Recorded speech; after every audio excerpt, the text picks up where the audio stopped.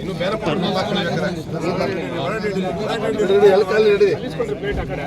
Plate ಆ ಕಡೆ ಇಸ್ಕೊಂಬನ್ನಿ.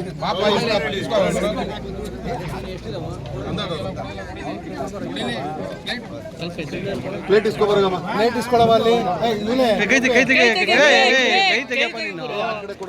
ಏನು ನೀನು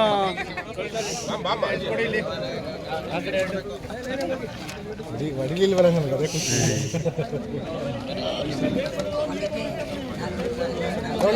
ಆಯ್ತು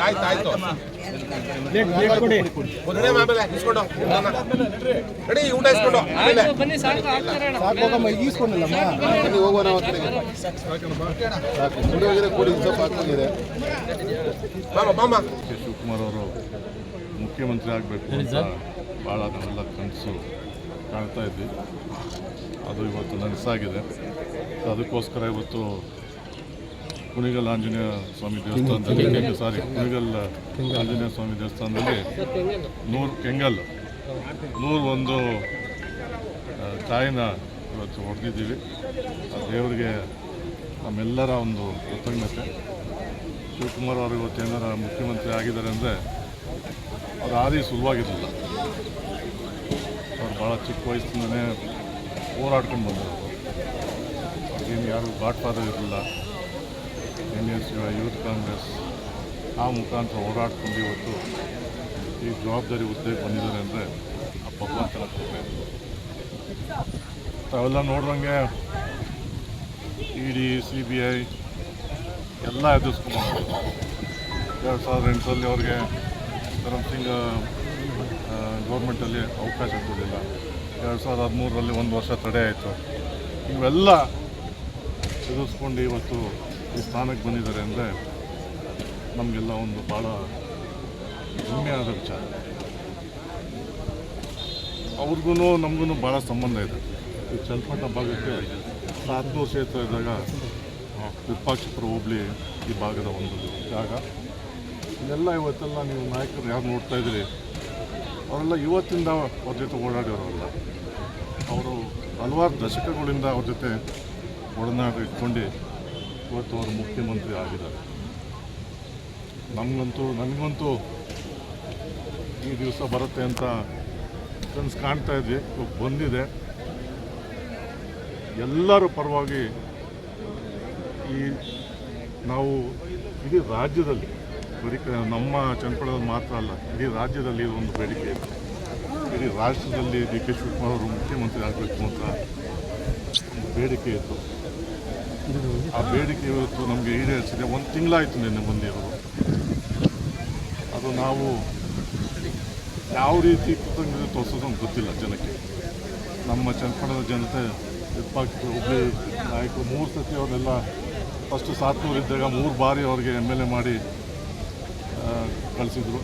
ಕನಕಪುರದವರು ಕೂಡ 5 ಬಾರಿ ಅವ್ರಿಗೆ ಆಯ್ಕೆ ಮಾಡಿ ಈಗ ಮುಖ್ಯಮಂತ್ರಿ ಆಗಿದ್ದಾರೆ. ಸೊ ಇದೊಂದು ಭಾಳ ಏನಂತಾರೆ ಇಮೋಷ್ನಲ್ ಟೈಮ್ ನನಗೆ. ನಮ್ಮ ಸಾಹೇಬರು ಇವತ್ತು ಮುಖ್ಯಮಂತ್ರಿ ಸ್ಥಾನ ಅಲಂಕರಿಸ್ತಾ ಇದ್ದಾರೆ ಅಂದರೆ ಭಾಳ ಒಂದು ಹೆಮ್ಮೆವಾದ ವಿಚಾರ. ಸಿದ್ದರಾಮಯ್ಯನವರು ಕೂಡ ಇವತ್ತು ನಾವು ಅವ್ರಿಗೆ ಅಭಿನಂದನೆ ಹೇಳಬೇಕು. ಅವರ ಮಾರ್ಗದರ್ಶನದಲ್ಲಿ ಕೂಡ ಇವತ್ತು DK ಶಿವಕುಮಾರ್ ಕೂಡ ನಡ್ಕೊಂಡು ಹೋಗ್ತಾರೆ. ಹೈಕಮಾಂಡ್ ಕೂಡ ರಾಹುಲ್ ಗಾಂಧಿಯವರು, ಸೋನಿಯಾ ಗಾಂಧಿಯವರು, ಖರ್ಗೆ ಅವರಿಗೆ ನಮ್ಮೆಲ್ಲರ ಕೃತಜ್ಞತೆ.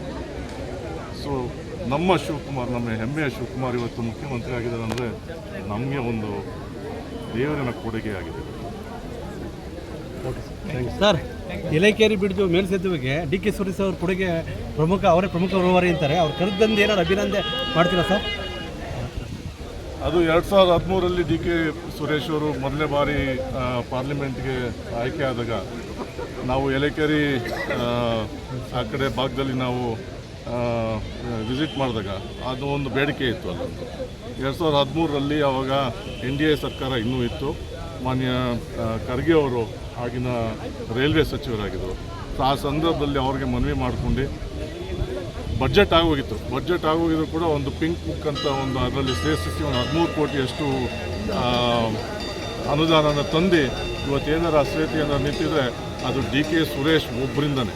ಅದು ಕಷ್ಟ ಎಷ್ಟಿತ್ತು ಅಂತ ನನಗೆ ಗೊತ್ತಿದೆ. ಯಾಕೆಂದರೆ ನಾನು ಕೂಡ ಆ ವಿಚಾರದಲ್ಲಿ ಟೇಬಲ್ ಟು ಟೇಬಲ್ ಅದರದ್ದು ಏನು ಕೆಲಸ ಕಾರ್ಯಗಳು ಮಾಡಿಸಿ ಸುಮಾರು 3 ವರ್ಷ ತೊಗೊಳ್ತು ನಮಗೆ ಅದನ್ನು ರೆಡಿ ಮಾಡಿಸಿ ಹಣ ಬಿಡಿಸ್ಕೋದಕ್ಕೆ ಒಂದು 3 ಇಯರ್ಸ್ ಆಯಿತು. ಸೇತುವೆ ಮುಗೀತು, ಆದರೆ ಇಲ್ಲಿ ಲೋಕಲ್ ರೆಸ್ಪಾನ್ಸಿಬಿಲಿಟಿ ಏನಿತ್ತು ಮುನ್ಸಿಪಾಲಿಟಿದು ಅದು ಇನ್ನೂ ಆಗಿರಲಿಲ್ಲ. ಸೊ ಈಗ ಅದು ಕಾಮಗಾರಿ ಮುಗಿದಿದೆ, ಇನ್ನೂ ಸ್ವಲ್ಪ ಕೆಲಸ ಇದೆ ಅಂತ ನಂಗೆ ತಿಳಿದು ಬಂದಿದೆ. ಇವತ್ತು ಏನಾರ ಸೇತುವೆ ನಿಂತಿದೆ ಅಂದರೆ DK ಸುರೇಶ್ ಅವರ ಅಪಾರ ಕೊಡುಗೆ ಇದೆ. ಸನ್ಮಾನ ನೀವು ಕರೆಸಿ ಮಾಡಬೇಕಂತ, ಯಾಕಂದರೆ DK ಸುರೇಶ್ ಅವರು ಇಲ್ಲದೆ ಆ ಸೇತುವೆ ಇವತ್ತು ಕೂಡ ಬರ್ತಾ ಇರಲಿಲ್ಲ. ಬಂದು ಉದ್ಘಾಟನೆ ಮಾಡೋದು ಭಾಳ ಸುಲಭ, ಆದರೆ ಕೆಲಸ ಮಾಡೋದು ಇದೆಯಲ್ಲ ಭಾಳ ಕಷ್ಟ ಇದೆ. ಉಪಚುನಾವಣೆ ವೇಳೆ ನಿವೇಶನ ವಿಚಾರವಾಗಿ ಸಾಕಷ್ಟು ಅರ್ಜಿ ಬಂದಿದ್ದು DCM ಅವರು ಎಲ್ಲ ನಿವೇಶನ ಕೊಡೋ ಒಂದು ವ್ಯವಸ್ಥೆ ಮಾಡ್ತಿದ್ದಾರೆ. ನಿವೇಶನ ಈಗ ಮುಖ್ಯಮಂತ್ರಿಯವರೇ ಇದ್ದಾರೆ, ಈಗ DK ಶಿವಕುಮಾರ್ ಅವರು. ಅದ್ರ ವಿಚಾರ ಕೂಡ ನಾವು ಮಾತಾಡ್ತೀವಿ. ಅದು ಯಾವುದೇ ಕಾರಣಕ್ಕೂ ಕೂಡ ನಾವು ಬಿಡೋದಿಲ್ಲ.